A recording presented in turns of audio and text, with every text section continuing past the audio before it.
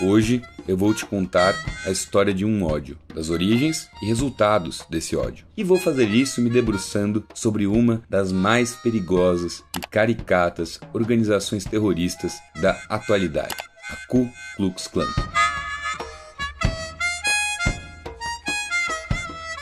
Uma organização como a Ku Klux Klan não nasce em um vácuo, ela precisa de contexto para continuar existindo também. Portanto, se a gente quer entender a Ku Klux Klan, precisamos entender um pouco a história da escravidão nas Américas. Na África, existiam impérios fortes e organizados. Lá, assim como na Europa, já havia estados com divisão em estratos sociais e instituições parecidas com a escravidão e a colonização, pois não havia a ideia de que todos os negros pertenciam ao mesmo povo, assim como era o caso dos povos brancos. Isso só mudou quando começou a prática da escravidão moderna na Europa, que era proibida para brancos. Ao se aliar com navegadores que formavam novos mercados, reis locais se tornaram agentes da colonização e da escravização de outros povos. Mas a escravização e o tráfico de escravos para a América, por parte dos colonizadores europeus, não foi uma continuidade, uma mera repetição da relação que já existia na África. Lá foi outro tipo de negócio. A empresa colonial europeia era fruto de uma aliança de reis e investidores que, usando de armas e negociações, avançaram cada vez mais longe na conquista de mercados e, como era uma empresa, tudo que podia ser lucrativo interessava. E esse era o caso do mercado de pessoas escravizadas e, especialmente, do tráfico negreiro. Com isso, o que era um detalhe na história africana se tornou um grande negócio mundial e provocou o despovoamento e a ruína de diversas regiões africanas, muito rápido e de forma violenta. Entre 1500 e 1850, mais de 12 milhões de africanos foram raptados, escravizados e transportados para a venda como mercadorias do outro lado do oceano. O sucesso da empresa colonial no Brasil, no Caribe e em outras regiões da América fez com que mais investidores europeus se envolvessem no negócio, com o apoio dos reis e da igreja, aumentando a demanda por escravos. O tráfico de escravos foi também exercido por religiosos sem muitos problemas. Era um grande acordo entre o poder da igreja, dos estados europeus e dos mercados. O aumento da demanda e a concorrência entre as potências europeias fez com que a escravização se tornasse uma prática de dimensões muito maiores do que em qualquer outro momento na história da humanidade. Agora, vamos olhar como foi esse processo especificamente nos Estados Unidos. O rei James, em 1606, estabeleceu uma colônia britânica no Novo Mundo. Até então, apenas nativos habitavam o local. Essa terra passou a ser povoada por desprivilegiados e força de trabalho descartável da Europa, não exclusivamente, mas especialmente da Inglaterra, que passava por um problema de superpopulação e tensão religiosa. A colonização contou lá com um processo de genocídio da população indígena, assim como em toda a América. E, logo que as colônias se estabeleceram, a mão de obra escrava passou a ser utilizada. Os escravos trabalhavam em plantações de tabaco e arroz, bem como nas casas de seus senhores, e não possuíam nenhum tipo de direito. A partir da década de 1750, as relações entre as 13 colônias e a Inglaterra passaram a se deteriorar. Iniciou-se a luta pela independência dos Estados Unidos da América. Uma independência que foi carregada de certa ambivalência, pois pregava a liberdade e igualdade entre os homens em um sistema que comportava a escravidão. Por exemplo, George Washington, Thomas Jefferson e James Madison, todos os pais fundadores e donos de escravos. Eles e outros já percebiam essa contradição e a realidade sombria que ela representava, a questão do ódio racial na Terra da Liberdade. A história da independência dos Estados Unidos é bastante complexa, então eu terei que ser muito breve aqui. A grosso modo, o que aconteceu foi o seguinte.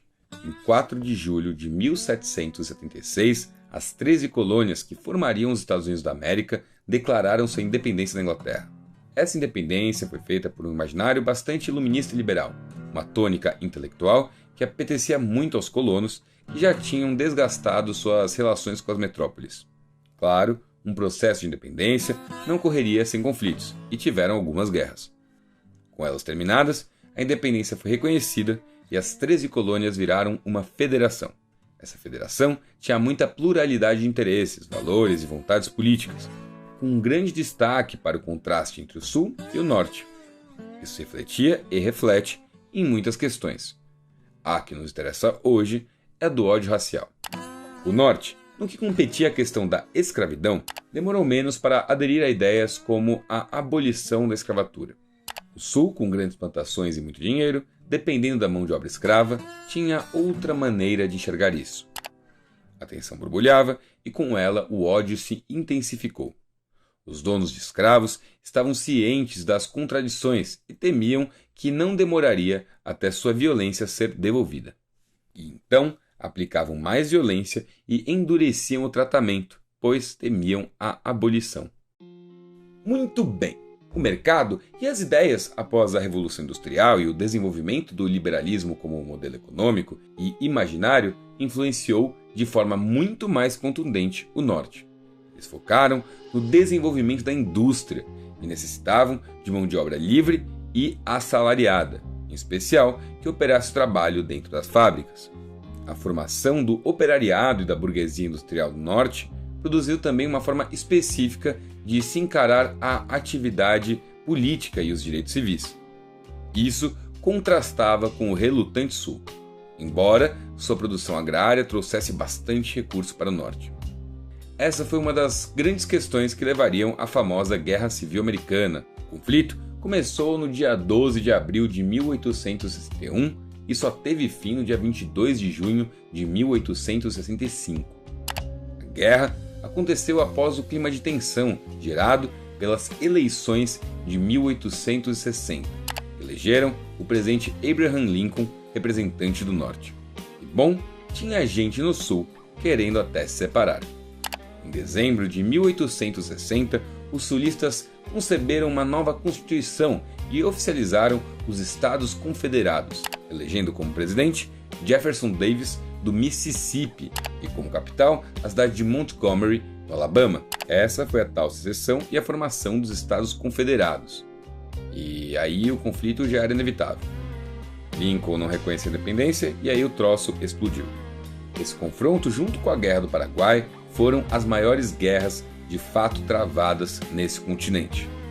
O troço foi feio e morreu muita gente. Tem fontes que indicam cerca de 600 mil óbitos.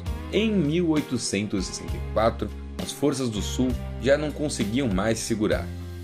A situação era desfavorável para os sulistas e o seu presidente, Jefferson Davis, foi preso pelos soldados da União enquanto tentava fugir.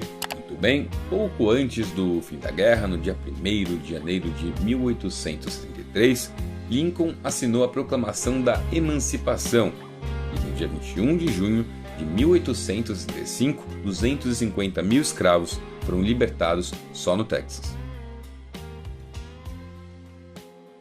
Muito bem. Agora, a escravidão no sul dos Estados Unidos encontra seu fim. Mas aí resta a seguinte pergunta: como ficou a situação dessas pessoas a partir daí? Bom, ainda terrível. Exatamente aí, no final da guerra e após a abolição, que nasce a Ku Klux Klan. Ela é fundada em 1865 e até 1870 já havia se infiltrado e se tornado veículo para a resistência branca sulista, auxiliando na reconstrução do Partido Republicano local, que foi responsável por determinar as políticas de inserção social da comunidade negra, agora livre. Pois é, quem organizou a vida dos negros no Sul após a abolição foi a Ku Klux Klan. Nem preciso te dizer quais foram os resultados práticos disso. Entretanto, mesmo sempre tendo se envolvido com política, tem uma coisa bastante religiosa na sua formação. É um culto supremacista antes de tudo. Seu líder é sempre chamado de Mago Supremo, e na hierarquia temos níveis como Dragão, Titã e Ciclope. O nome do grupo vinha do grego Kyklos, que significa ciclo. Muito bem, o famoso Império Invisível do Sul estava formado e inserido na política. Em paralelo, promovia atos terroristas. E não era o único grupo supremacista branco, diga-se de passagem, era apenas o maior e mais famoso.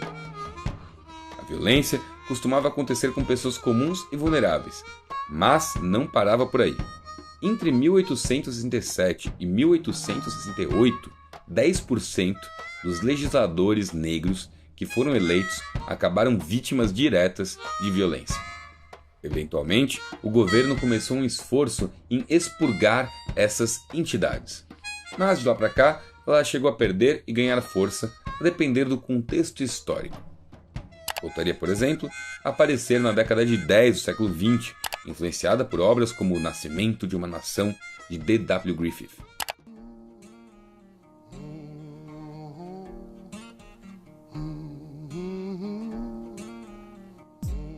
Essa segunda geração começou a diversificar seu preconceito, o estendendo a judeus, estrangeiros, trabalhadores organizados, comunistas, religiosos que não fossem protestantes e etc.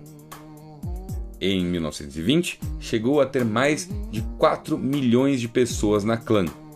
Isso é muito, em especial levando em consideração a população do país na época.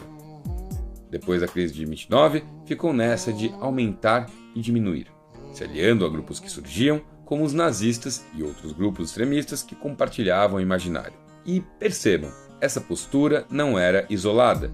Eles eram alguns dos mais radicais, mas o ódio e a violência racial seguiam e seguem comendo soltos no país, com muito mais força no sul. Lá também ainda se mantém firme e forte uma espécie de ideologia dos confederados. E na década de 60, o pessoal passou a fazer ataques àqueles que lutavam por direitos civis. Mesmo líderes que pregavam a resistência pacífica, como Martin Luther King, foram atacadas em diversas ocasiões.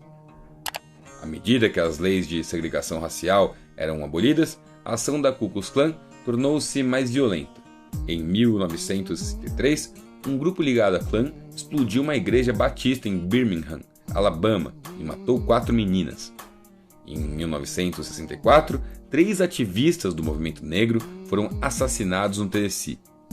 Após essa onda de violência, a organização passa por um período de reestruturação, onde cada clã é independente para atuar como lhe convém.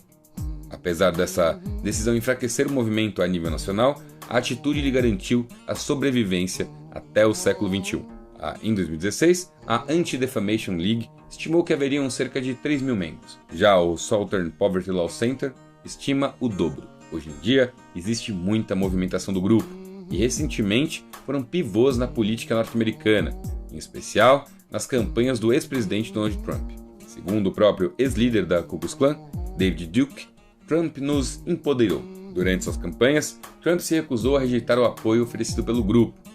Duke também presta apoio a diversos líderes de extrema-direita pelo mundo, o que faz sentido, afinal a Ku Klux Klan é uma organização civil que prega a supremacia racial branca, o racismo e o antissemitismo. Mas, não se engane, é, acima de tudo, um grupo terrorista violento, com muitas mortes por fogo, linchamento, abusos e um sem número de barbaridades nas suas costas, sendo cometidas até os dias de hoje. Teve profundo envolvimento também na invasão do Capitólio no dia 6 de janeiro de 2021. Coisa é bem séria. Existem nos Estados Unidos ao menos 29 grupos diferentes que se proclamam herdeiros da Klan, que competem entre si para conquistar adeptos, doações e espaço na mídia. Eles têm revistas, congressos e uma imensa presença online, catalisada pela ascensão também da islamofobia depois de 2001, propagando que os islâmicos fazem parte dos inimigos da raça branca. Hoje, a Ku Klux Klan exerce sua atividade sem se esconder de fato, protegidos em grande medida atrás de um discurso de livre expressão de seu ódio. Um ódio contra povos que sempre foram oprimidos e que pretendem continuar oprimindo até a última vítima.